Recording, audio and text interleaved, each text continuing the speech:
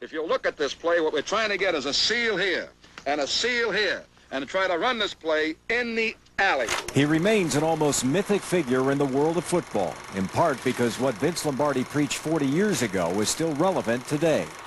One of those spreading the gospel, according to Lombardi, is his son, Vince Lombardi Jr.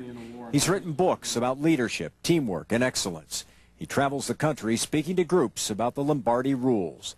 And yet, father and son are very different people. Tonight, the lessons of Lombardi and growing up in the shadow of a legend. Been much written and said about my father. Till the time he came home late one night, cold Wisconsin night. Slipped into bed. He leaned over to kiss my mother goodnight. And she is said to have exclaimed, "My God, your feet are cold." To which he is said to have replied, "But that's okay, dear, in bed. You may call me Vince."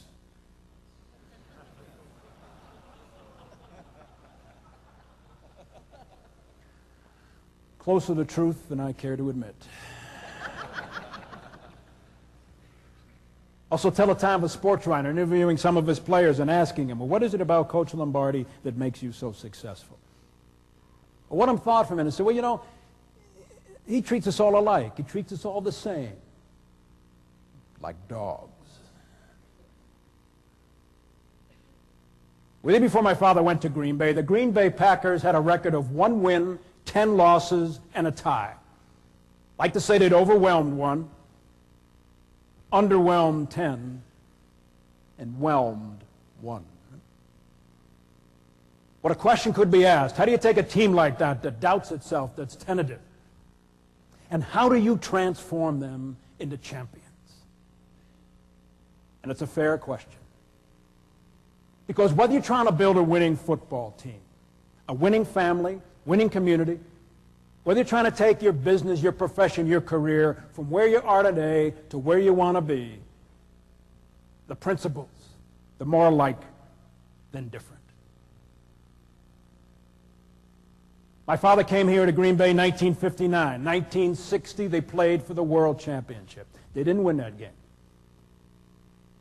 But they never lost another championship game. Next 7 years, they won 5 World Championships, 3 in a row, and the first 2 Super Bowls. Now, not only is that a study in how to attain a goal, that's a study in how to maintain a goal. 2 different things, I'd suggest to you. And if you've been around for a while and if you've experienced some success, if a lot of you have, then you know what I'm talking about. It's tougher to stay on top than it is to get to the top. And the truth of the matter is, you don't win 5 world championships in 7 years by maintaining your goals. If you are in a maintenance mode, personally, professionally, organizationally, then you are about to become another face in the thundering herd, if you're not already.